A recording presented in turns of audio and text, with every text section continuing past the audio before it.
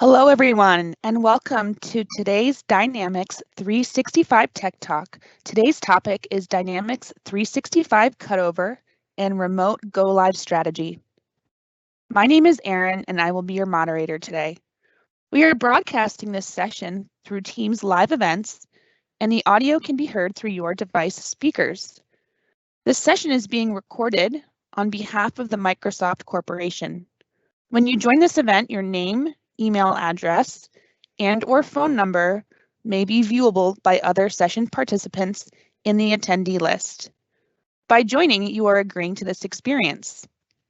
The recording will be available on the Tech Talks Community Dynamics page within 5 business days. If you have questions for the presenter or need support, please use the Q&A panel located on the right side of your screen. Our moderators will be responding to your questions during the presentation. Thank you for your patience during these announcements. Presenting for us today from Microsoft, we have Ajit Kotwal, Principal Solution Architect, and we have Christopher Lim and Reed Wolf, Senior Solution Architects, here to answer your questions today. Ajit, over to you to kick us off. Erin, thank you very much. And everyone, welcome to this Cutover and Remote Go Live Strategy Tech Talk. We have a lot of content to go through today, so I will be going through this pretty quickly, but please feel free to ask questions in the Q&A panel, and Christopher and Reed will be trying to answer your questions interactively as we go through this session.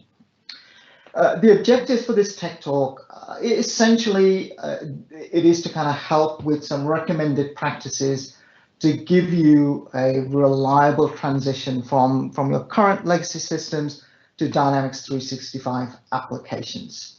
I won't read through the rest of them. You can read themselves, but that essentially is the core objective. We won't cover detailed guidance on kind of technical data migration steps because that's already covered elsewhere. We will touch upon data migration, but more in the context of a cutover strategy. How should we be thinking about data migration in the broader picture of a cutover? And we also won't cover transition to support, which again will be a separate Tech Talk. So our agenda is essentially broken down into 4 pieces. We'll start with the definition of a cutover strategy, vision, and what do we mean by a good cutover strategy. We'll then dip into data migration considerations, because data migration clearly is a key part of the cutover. Then we'll talk about the planning for the cutover, and then finally we'll talk about the go live period, and we'll touch upon specific considerations if your go live is going to be a remote go live. Given the amount of content, I don't think we'll have time for a separate Q&A. But please, as I said earlier, do ask your questions in the panel. I'm also going to suggest that I'm going to go through the content relatively quickly. If there are areas that you feel deserve a deeper dive, require a bit more conversation, please let us know through the feedback, and we will then create another deeper dive Tech Talk to address the areas that you believe deserve more context or more definition. So let me start with an overall approach, and I will come back to this slide and this view a little bit later on in this Tech Talk. So essentially, if you think of the project in terms of kind of 4 big buckets: the initiate phase, the implement phase, the prepare to go live phase, and the operate phase, we're looking at saying during the initiate phase, you would be defining your cutover vision, the principles you're going to be following, the definition of the cutover leader and their role, getting your high-level cutover strategy defined, and as part of that, defining your business-focused calendar. And we'll go into more detail about what each of those mean from a Microsoft perspective. And then in the implement phase, we'd be looking at how we evolve the business-focused calendar, how we detail the cutover strategy in a bit more detail, go into more detail of the data migration and the mock cutovers, the mock data migrations, And then in the prepare phase, we'll go into a little bit more detail about, as you're getting ready for go live, what does that mean? What does that preparation look like? How should we be thinking about getting ready for the go live? And then not forgetting that for many cutover processes, that does not end at go live. There are often tasks that you need to do as part of cutover after you've gone live. And we'll be covering some of those as well. But as I said earlier, we'll come back to this. We'll come back to this chart once we've gone through some of the other detail. Let me start with the definition of a cutover in the framework that we're going to be discussing today. So we're defining cutover as the process of transition from current systems to Dynamics 365 business applications. And the key word here is process. That it's an evolution, the cutover. It's not an event that happens at the end of the project as part of go live. Another thing to remember is that a cutover strategy in our definition here is essentially transitioning not just the data from the legacy system to the Dynamics 365 system, but you're actually also moving business processes, system functionality, integrations with other systems, and you're also taking people with you, right? People who were using the old system and now going to be using the new system. Now, clearly, as part of cutover, data is a major part of that delivery, but it's not the only part. Right? So one of the things that we want to talk about is to say that cutover strategy is not just the detailed plan for the final cutover weekend or whatever your final shutdown period is, and it's not just data migration. And we're going to go through some of the other areas we think projects should be covering. So we want to start with, how do we put together the cutover strategy? What do we mean by that? What is there in addition to the kind of data migration requirements? So we want to start with kind of making a recommendation that think about having a cutover leader that you nominate from the business. And the idea behind that is that this cutover leader gives a unified vision of what needs to happen as part of the cutover. There are multiple disciplines involved in the cutover. It's the data migration teams, it's the change management teams, it's the business teams that need to validate it, it's the partner teams, sometimes there are ISVs involved. There's lots of different parties involved in that process. And not just for the final cutover, but also for the interim periods, for when you need data for testing, for training, etc. There are multiple parties involved in that as well. And having a cutover leader that you nominate from the business helps you unify that vision, helps you have somebody who is now the liaison with the business as well. Right? And having that single cutover leader then allows you to also provide a business perspective to the cutover and not just a technical data migration perspective. The second thing we'd recommend is to think about having a vision for the cutover as part of the initial cutover strategy. And this is in the initiate phase, right? This is right at the beginning of the project. So you're defining what is it from a business perspective you're expecting to get out of the cutover, right? And not just the transition, but in a bit more detail, right? Are you going to be expecting the old system to get decommissioned, or is that a separate project? Are you expecting to be able to use the data from the legacy system to compare with the new system? Are you going to want to do year-on-year comparisons? What is it that you're expecting, right? Are you going to take over your integrations? Are you going to come up with new integrations? Some definition of the vision, and then also the more detailed business goals and then the business scope and requirements. We see very often that the business requirements or the data migration requirements are well defined, but the surrounding topics are not always that well defined. What is the impact on other teams? What is the impact on other systems? What is it that the senior management team is expecting out of this cutover? What are the sponsors expecting out of this? And then some principles, right? Define these early in the initiate phase. Is this going to be a business-driven cutover, right? Not just in name, but in reality. Is there going to be a resource made available that is the cutover leader that's going to essentially corral all the different business users that are needed for cleaning the data, for approvals, for ownership of the data validation. Who is going to liaise with the wider business to make sure all of those threads connect together? Who's going to make sure that all the different parts of the project are going to come together as well? Is it going to be business driven? That's a key question you should be asking, and the answer should then drive how the strategy is put together. Is it going to be a repeatable, scalable, multiple rollout type of vision for this cutover, or is it a one-off, right? And then if we need to go live in another country or in another phase, we'll think about it again. Who's going to drive the ownership of the data? Who's going to own that the data remains secure throughout the project? Is that going to be done through the cutover leader as a single point of contact through which all of these things get done? Or are we going to distribute all of this into different areas? And having these principles, having this vision defined, getting a singular cutover leader, having this defined early on, helps the data migration team also with their strategy. How should they be planning it? And it helps with the strategy as to how you manage this with the wider business, with the implementation partners, etc. One of the key things you'll be finding as part of the vision is, what is the allowable shutdown window that the business is going to give you? Makes a big difference if the business says you've got 4 hours on a Sunday in order to do the cutover, or you've got 4 days, including a long weekend. There are very different techniques you're going to have to use if you've got 4 hours as opposed to 4 days. And knowing that and getting that defined early on as part of your cutover vision is important, so you're not stumbling into that halfway through the project.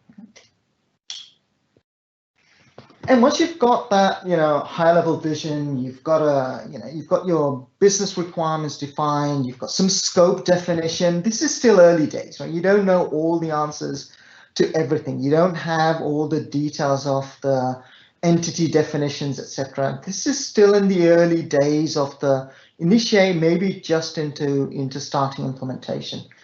And our recommendation is very early on, create a business focus cutover calendar. And by that mean, there's a couple of examples. Anyway. These are real customer examples that we've obviously cleaned up and simplified so we can show on the screen here. But essentially what it's saying is, around the time of the cutover, what are the business activities that are going to be going on that could impact that cutover, right? What is it that's happening? What's the framework within which this cutover needs to happen? And this is a really important thing that you're going to be doing at the beginning. You may not know all the details of how the technical migration will work, but what are the business activities that are going to be happening. If it's a finance application that you're taking live, then you're going to be doing month-end accounting. You're going to be doing AP shutdown, AR shutdown, etc. There are things that are going to be happening around that time that every business is going to be doing. So how does your cutover impact on those? And having that defined in simple business language, starting off with a very simple picture and evolving that as you know more, is a very good way of getting some good framework for the cutover definition.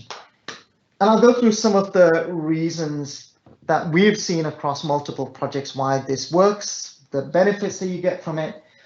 The first and probably one of the biggest benefits is that it provides it's an ideal means of communication between the business and the project. Very often the cutover itself, or at least the data migration paths, can get very technical. There's a complex environment management you need to do, there are complex technical steps you need to do, and it's quite disconnected sometimes from how the business operates or what the business understands. So having that business focused calendar provides a means for you to communicate with the business in language they understand.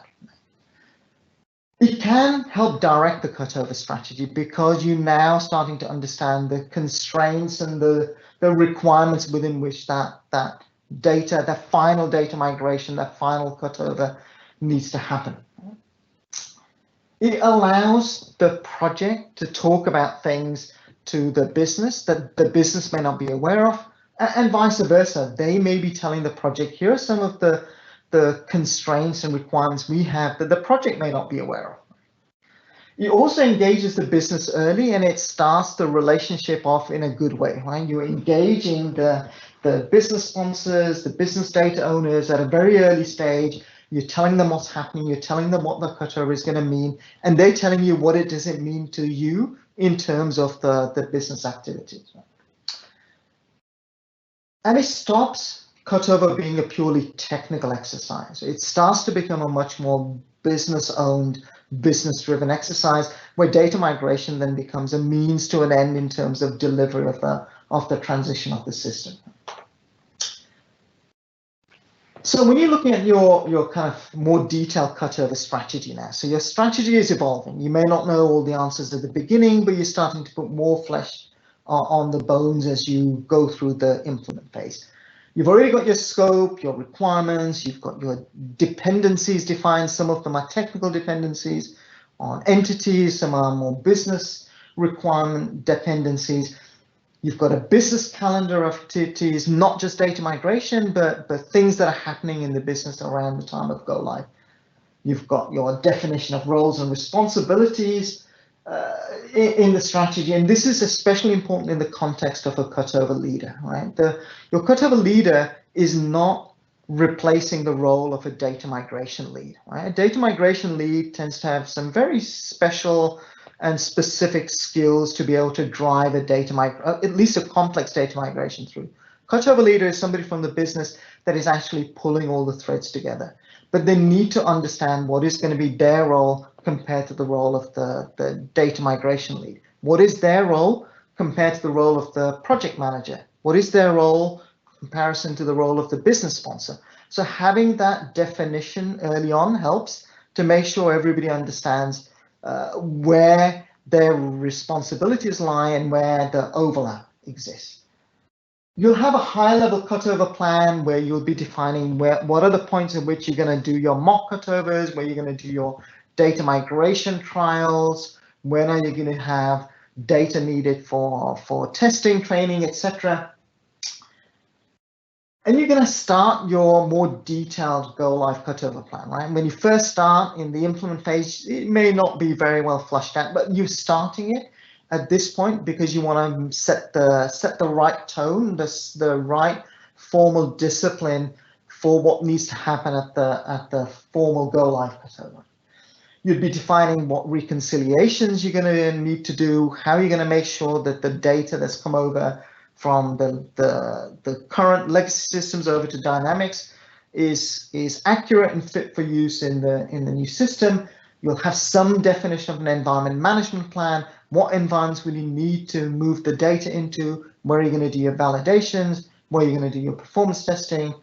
And so on. And lastly, and importantly, you're going to look at the impact of this cutover on related systems, right? Not just Dynamics, but when you put Dynamics live, you're likely to be disturbing the landscape, the enterprise landscape around Dynamics. There may be other systems that are impacted, integrations that change, the methods of communication between systems might change. You may have new security definitions that come in place. So you identifying the owners of these other systems to make sure that they are aware of what is happening with the Dynamics go live, and they start to take some responsibility for making sure that their systems are going to respond in the right way and they're ready for this go live. So it's not just on the core project team to be doing all of this.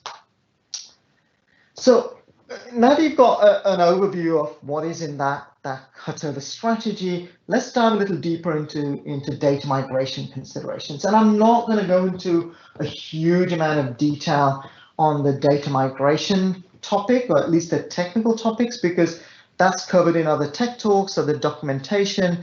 What we're going to be touching upon here is how does it relate to the overall cutover strategy? What are the kind of key touch points you should be thinking about from an overall cutover perspective, right? So we're going to break it down and we'll go into a little bit more detail on the topics there, on the source systems, target system, mapping and transformation, data loading, and the validation. And across, we're going to talk briefly about the process, the roles and responsibilities, the planning that is required from a data migration perspective, both at a macro level and then at a sprint, or if you're in a waterfall, at a phase level. And then most importantly, we can also talk about the iterative performance management that you need to think about from a data migration perspective, all hopefully ending up in a fit for purpose target system. And I'm using the word target system deliberately rather than Dynamics 365 business application, because sometimes there's more than one system that is going live at that point. So you may need to be thinking about some of the new systems to which you're integrating, as well as Dynamics 365 application. So we'll go into a little bit more detail in each of these areas. Again, I'll repeat myself. I won't go into too much detail into each one of these. We've taken the route of adding a bit more content into each of these slides, so you can go away and read about them and come back with any questions. I won't read everything that's on the slide deck. I'll just pick out a couple of topics on each slide.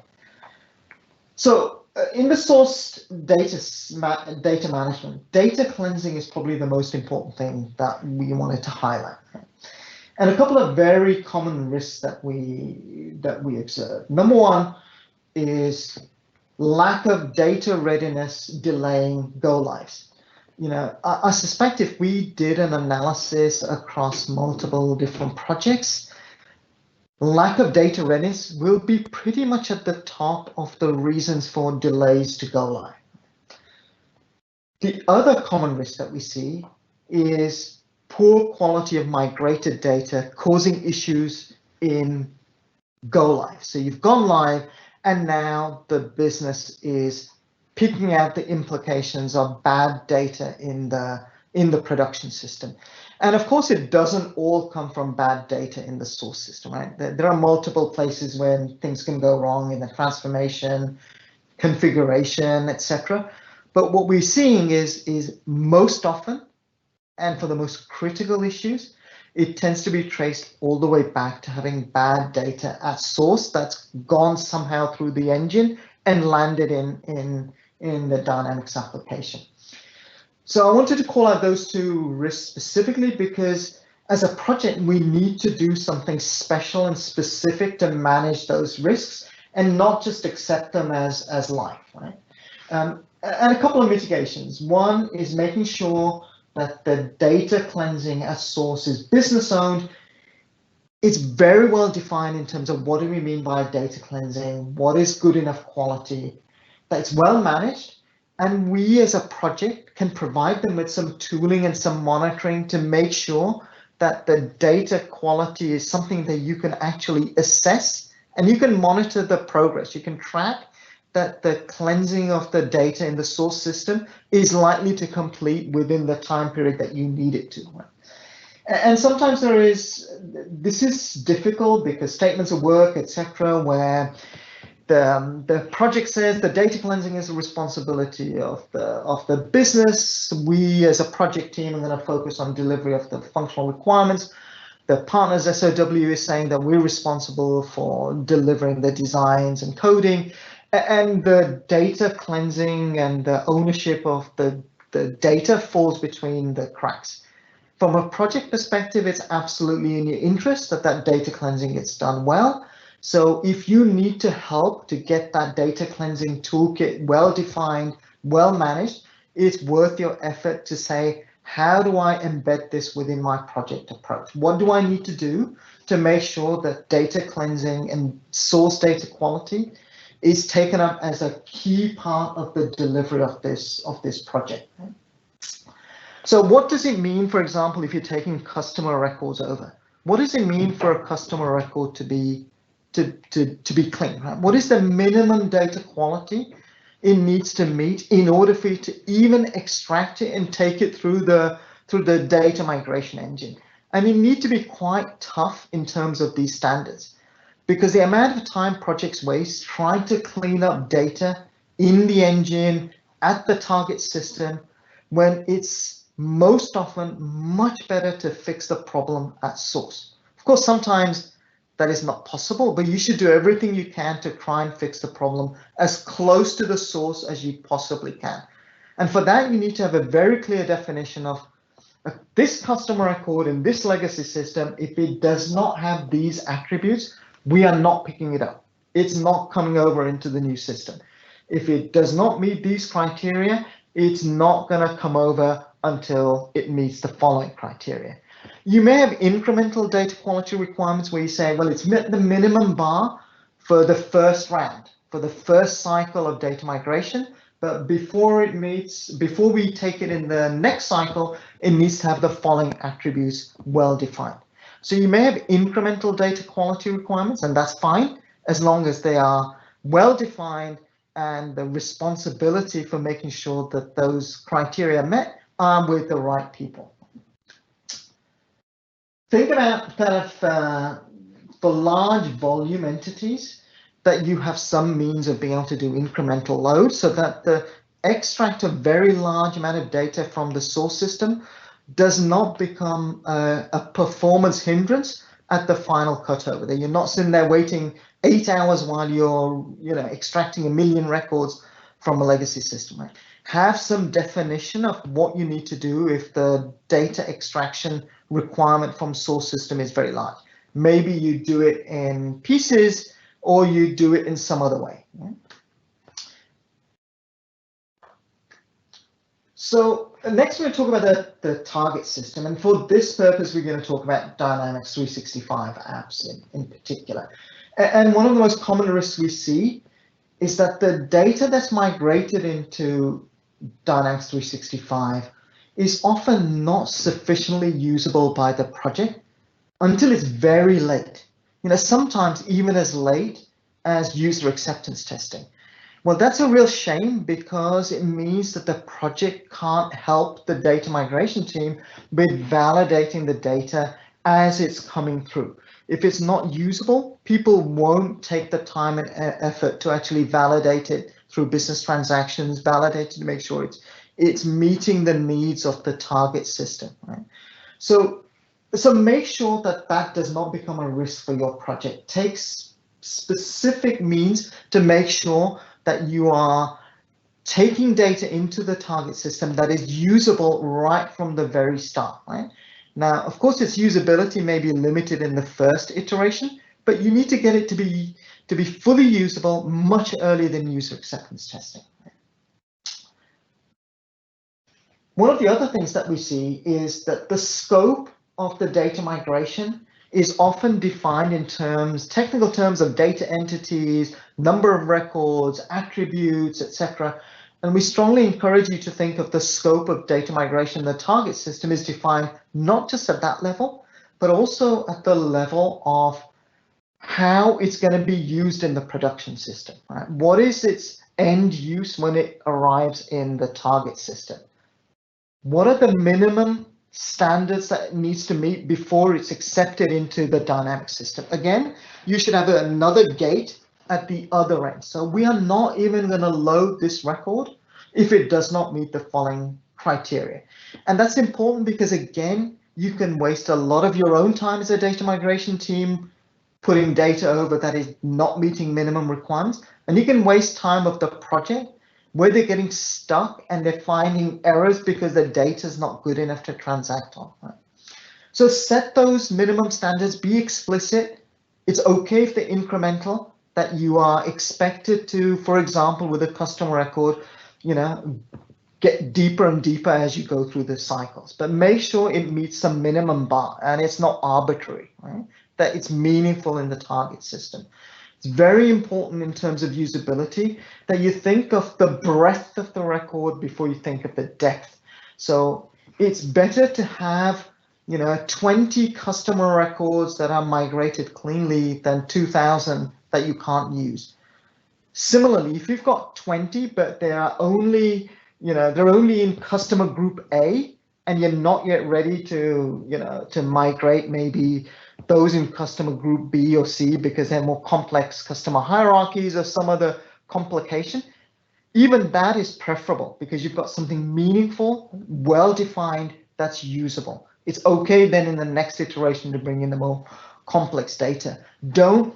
Very often we see data migration progress reported as, we've got 500,000 records here, they've got 700 attributes, and we are bringing over 89% of the attributes over into the target system. People pat themselves on the back, but that is not meaningful if that data is not usable at the other end, right? You need to look up on your progress very much in terms of usability of that data that's landed at the other end, not just a technical movement from A to B. Pay attention to the design changes, right? The behavior we very often see is that the functional project team sometimes does not keep the data migration team well informed in terms of design changes, and they get wrong-footed in terms of their delivery. Just when they think they're making progress, suddenly the next iteration of data migration takes a step backwards. And it's because something changed in the design, they were not aware of it, they're migrating to a target design that no longer exists. So make sure you're involved in that definition, make sure that communication is well defined and that you're not getting caught up in those loops, right? Mapping and transformation, again, this is something that very often happens within the bowels of the data migration team, and not a lot of visibility surfaces up to the business users or even to the project team.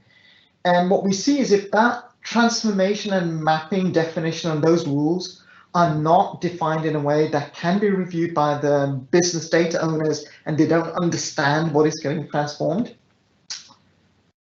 there are hidden errors that arrive all the way into the production system, and then you end up having to unpick the root cause of something not working in a production system.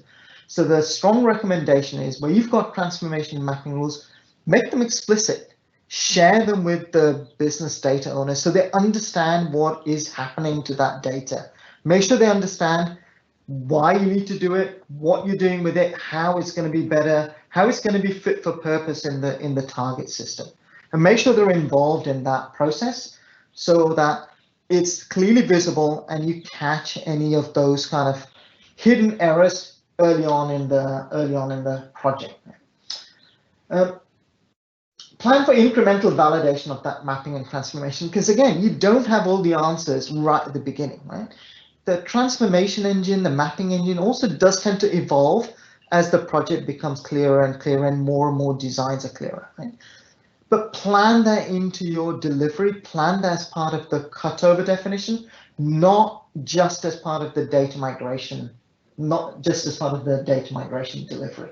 And the end result you want is very clear rules to move the data from the source system to the target system, right? Another mitigation we would kind of recommend is don't try and automate transformations where the rules are vague, where the business cannot give you clear definition of how that transformation should work. It actually ends up creating more problems than it solves. There's only two paths you can take. You can say we can't take that data over because the rules are not clear, or you have to get the rules simplified, even if it means some compromises, so you can automate it because it's high volume. Leaving it in between where the rules are vague and you're still trying to automate it with the hope that somewhere along the line it's going to become clearer is a road to nowhere, right? Be firm, be clear that this needs to be explicit, otherwise it's going to create more problems.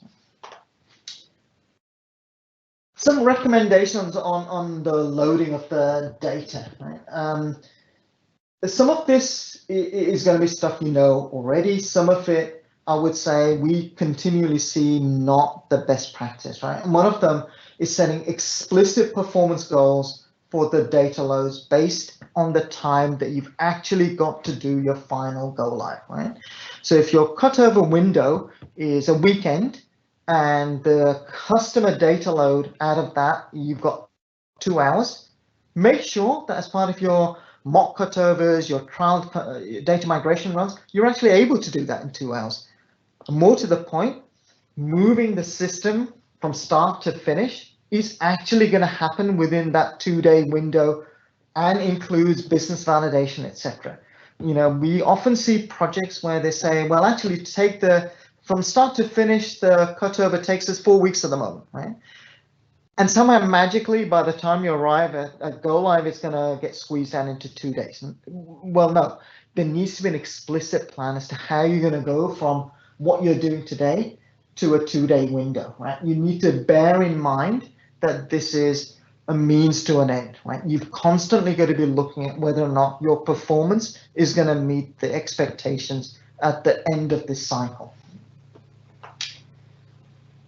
Target system validation, I won't go into all of these. The key point I will point out is we very often see behavior where the data migration team says, our role is to take data from source to target. We've landed it there, and based on the rules we've been given, we've verified it, we've validated it, the data's good, we're done.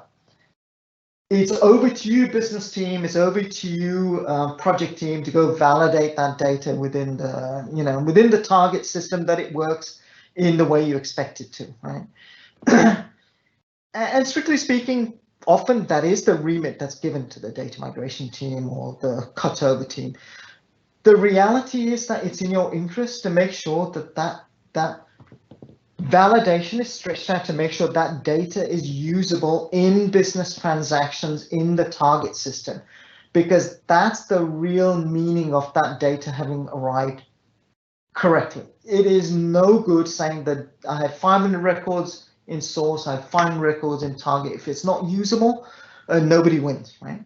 And sometimes it means you have to borrow resources from the functional team to say they're going to conduct the business transactions to make sure that the data landed in the target system is clean and good. But whatever means you do it by, I would strongly encourage you to think of that data migration cycle, or that mock cutover cycle, is not complete until the data is validated to make sure it's fit for purpose in the target system, right?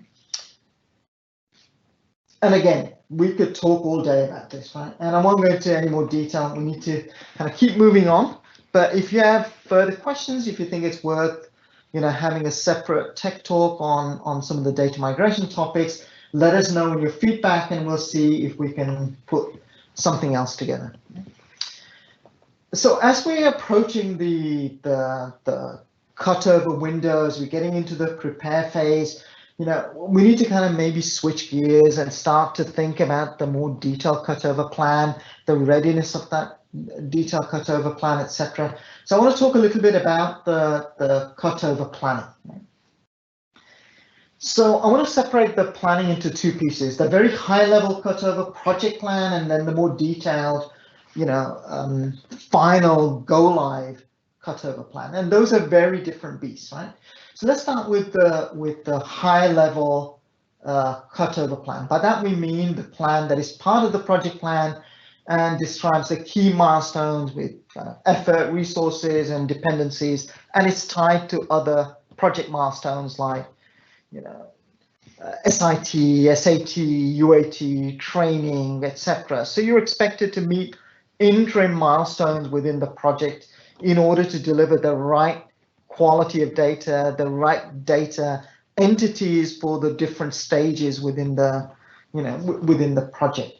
And that's what I mean by the high level cutover plan, right? The environment plan, how you're going to have your production environment ready, when is that going to be ready, when are you going to have your staging environment ready, that kind of thing. And some do's and don'ts. And again, I'm not going to read through all of them. I'm going to pick out a couple. One of them is set the cutover discipline from the start and plan for multiple cutovers, right? And I've put 5 to 7. It really depends on the complexity of your cutover, right? For very simple cutovers, you may not need that many. You may be able to get away with 2 or 3, but for most business application cutovers, you will find that you need more than you might anticipate at the beginning of the project. And make sure that each time you're exercising them in the way that reflects what you're going to actually do when you go to production, right? It's no good having a shortcut where you're practicing something just to get data from A to B for a test cycle, because you're not practicing what you're going to do for production use, right? That can be misleading. It can also reduce the effectiveness of that or the meaningfulness of that test cycle because you've done something special. You're not going to repeat when you do your production go live. Don't underestimate the complexity, right? Cutover is moving off an entire business system. It's complex. There's lots of moving parts. There are a lot of things that happen in a cutover that you may not be able to think of in one go right at the beginning of the project. Pay attention to this. If you need specialist help, go get some specialist help. Go find somebody who's done it before to make sure that you know how to plan for this. And then we'll talk about a little bit about the detailed go live cutover plan. Again, this is, I'm not going to read through all of this, right? It's essentially the very detailed set of tasks that you need to define in order to transition from the old system to the new system. And this is related to the go live weekend or whatever your shutdown period is, where you've got very detailed, very specific task level definition of the plan. 8:05, I'm going to be doing this. 8:15, I'm going to be doing this. 8:25, I'm going to be doing this. Very detailed definition of the final cutover plan. And when should you start it? As early as possible. In the early days, of course, it's just going to be a skeleton, right? It's going to be a shell with some placeholders. But as you go through the implement phase, you should be filling this out into more and more detail. And it should be ready by the time you are going to be doing user acceptance testing. You really want to exercise your cutover plan prior to user acceptance testing, because that's a very good test of your mock cutover. And when you go through user acceptance testing, you can say that the results of the user acceptance testing are very valid because this is exactly the process that we're going to adopt for our go live cutover, right? If you've got big differences between what you did to get data over for UAT as opposed to what you're going to do for go live, you're reducing the meaning of UAT. You can't extrapolate so easily now because you're doing something different, right? The rule really you should be going by is, I don't want to be doing anything at the final go live cutover that have not practiced and got right before. Right? The risk otherwise is too high. And why? Right? Because usually you have very little room for error. You've got a very fixed amount of time to transition for the final cutover. You've got to get it right. You get normally one shot at doing that final go live.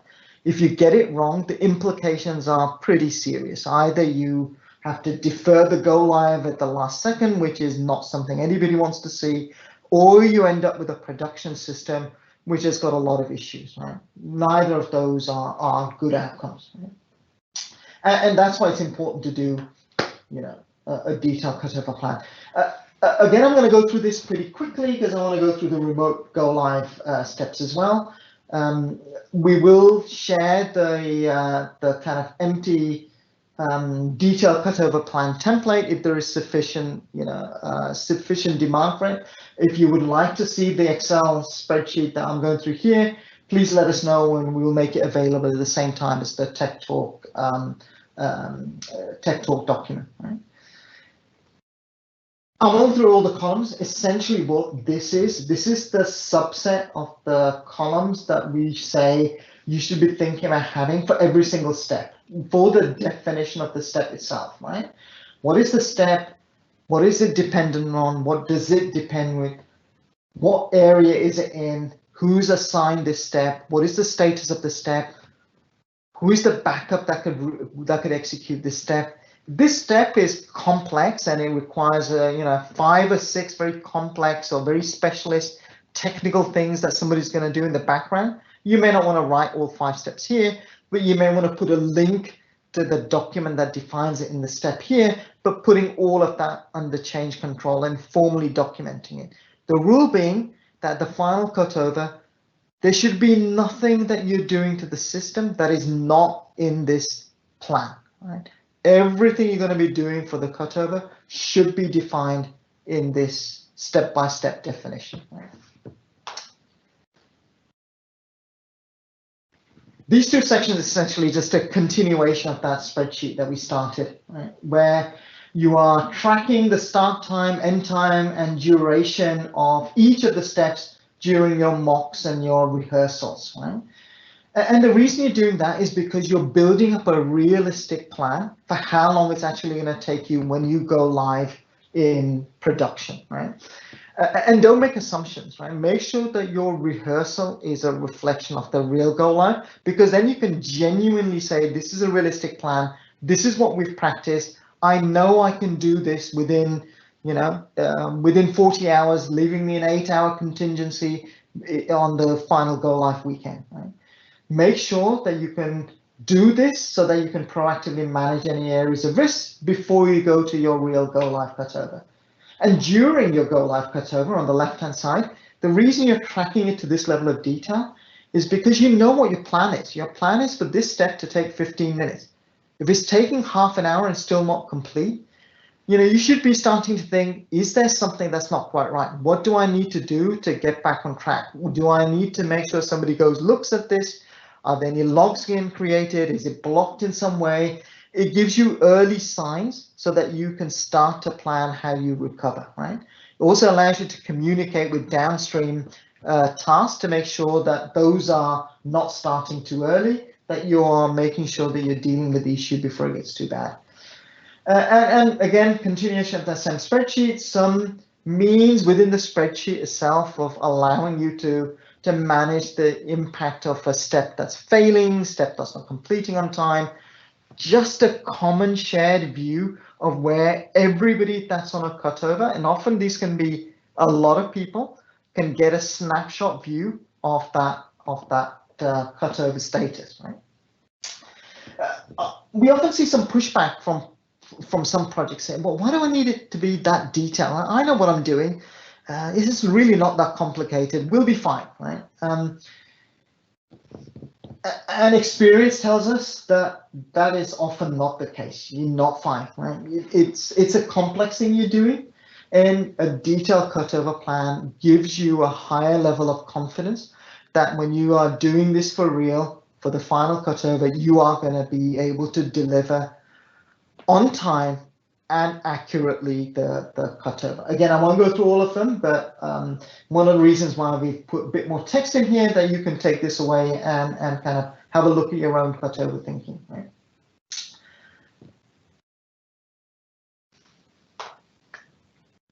I'm going to move on to the kind of remote go live. And when there is a remote go live, there are some things that start to become a bit more important just because it's remote, as opposed to if you're all in a single conference room or a couple of conference room and you're able to kind of, just walk over to somebody's desk and talk to somebody, read their body language, essentially have that communication, right? So here are some of the additional risks to manage that we have seen across multiple remote go lives. Right now, a remote go live is absolutely possible, right? We've seen multiple remote go lives happen in this kind of COVID era, and they've been successful, right? But they've not been without challenges. And here's some of the learnings from some of them, right? I won't read all of them. I'll pick out a couple. Probably one of those I want to pick out is kind of the team personalities that you see on the go live cutover weekend, right? You've got a cutover leader. They're walking through the cutover. They're saying step 2 is finished. Okay, now it's step 3. Joe, off you go, right? Mary, hold off until step 3 is finished. Mary, step 3 is finished. Off you go, right? There's somebody coordinating this. But you need feedback, right? It's not just one way. And what we see is that you've got different personalities in a remote situation. You've got your hermits. These are people that don't say anything at all, right? They're very quiet. They know what they're doing. And if only they'd spoken up, you could have avoided an issue, right? Then you've got the squeaky wheels that consume, most of the oxygen in the room. They're always talking, they're always interrupting other people, their task is always at the forefront, and their task or their area may not be the most critical thing to discuss at the time. It's just their personality, right? They overwhelm that cutover channel. And it's important that you manage that. Then you got your ghosts, right? The people that at the beginning of the session, they're all there, they're saying, yeah, I'm here. But just as you need to talk to them, you say, we're in step 17 now, it's over to David or to Jane, and they're not on Teams, right? You eventually reach them, and this is a real story, and you find that they're in the supermarket with their kids, right? Sorry, I got caught in traffic. I didn't think it would take this long. I didn't think it would be a big issue. Don't worry, I'll be back in the next hour, right? And they may have a critical step, and the entire cutover stopped until they can get back to their desk and do their task, right? So make sure you're managing these expectations. You know who these personalities are within your organization. I bet you could probably point to those people in your own cutover team, right? So make sure you have a means to manage these different personalities. If you're all in a room, in a conference room, it's much easier. When you're remote, you have to do some specific things, right? And I will go through some of these in a bit more detail over the next slides. Ownership and organization. I strongly recommend you to think of the cutover weekend or the cutover delivery of whatever period as an organization, a temporary organization, but an organization. You've got a cutover leader, you've got multiple other people that are involved in the doing, you've got multiple people involved in approving, you've got multiple people making decisions. You are forming a team, right? This is an organization, and treat it like that, because there are multiple benefits that come from treating it as an organization rather than just a loose collection of people that happen to have come together for the cutover, right?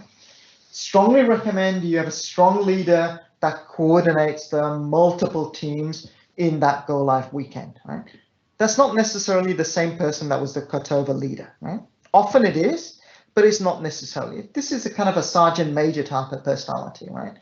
They are directing traffic, they are very firm, they're very clear, they're saying step 17, yes, go. Nobody does anything until they get a signal. Say step 17, yes, go. Step 18, hold. Step 19, where are you at, right? They coordinate the whole thing. Now, they've got a dashboard and they're making it visible to everybody, but they are coordinating the whole thing through one person.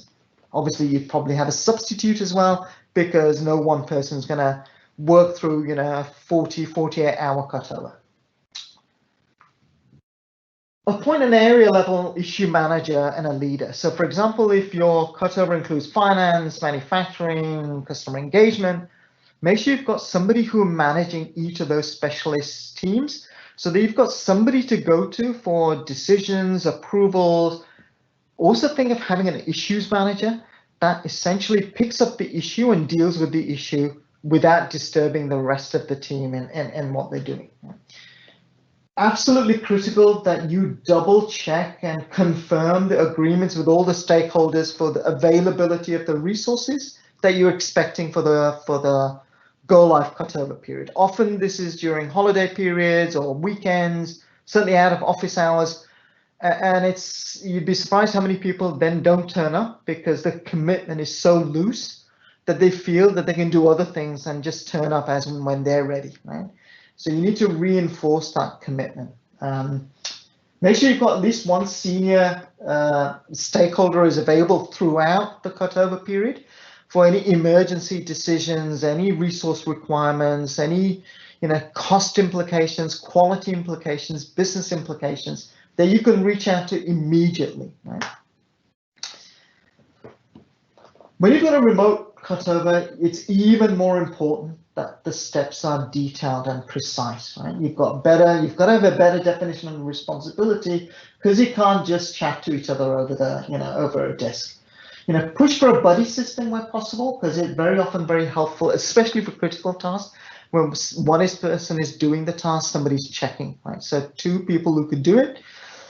For very critical tasks, it often relieves a lot of the pressure and the stress from a person doing some very critical stuff, right? It often avoids errors that come about because people are stressed in what they're doing, right? They've got 40, 50 people's eyes on them and they have something critical to do. It's of course not always possible to have a buddy system, right? So try if you can, right? I won't go through all of these. I've deliberately kind of written them up in a way that you should be able to read them offline. Here's an example of a resource calendar with commitments. Available means they are literally there on Teams within 30 seconds. On standby means they respond within 5 minutes and they're at their desk working within 15 minutes, right? And not available essentially means you can't rely on them at all. They are not available, full stop, right? Have something very specific, very defined in terms of resource availability, right? Here's a kind of an example of an efficient team, right? Somebody who coordinates. You've got your area leaders that have expertise in that particular discipline, IT, data migration, customer engagement, finance, etc., and an issues manager that doesn't allow the issues to clog up the central communication channel for the cutover, but essentially works offline to make sure issues are getting resolved and communicates back to the coordinator to say, this is an issue, we need to stop, or this is an issue, we're working on it, the rest can continue, right? Technical preparation, there are lots of things that can go wrong when you're remote, right? Now, given that a lot of us have been working remotely, some of the risks are reduced because we've ironed out the issues, over the initial period in terms of remote access, right? But remember that for the go live cutover, you're often requiring access to production systems. So when you've been exercising, you may not have done exercises with production legacy system or production dynamic system, and the rules may be slightly different. So make sure that you've got all of that ironed out before you walk into the final go live. Right? I won't go into the human factors. I think we've talked about it a bit more, but do make sure you pay attention to some of these, right? The cutover is not just about the technology. You do have to take into account how people behave when they're remote. It's not the same as if you're all in one room, right?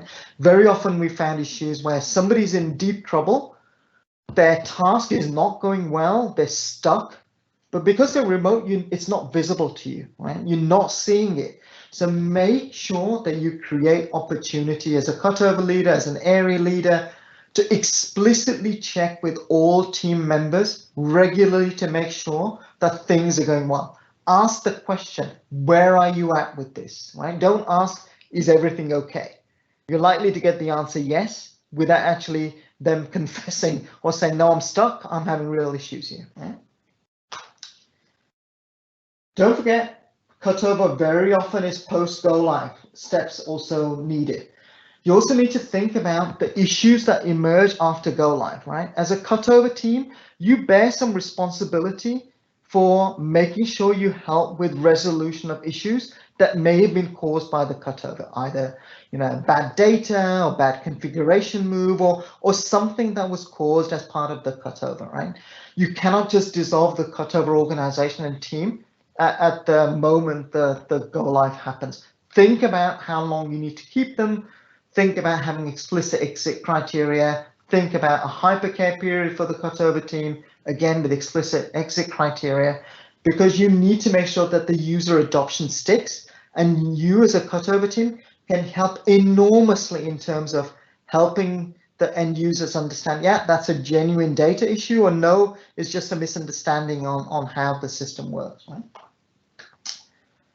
I won't go through the takeaway because I'm at the end of my hour. I will leave you with our contact details. Please feel free, if you have specific questions, if you have a specific request, to email us and ask us specific questions.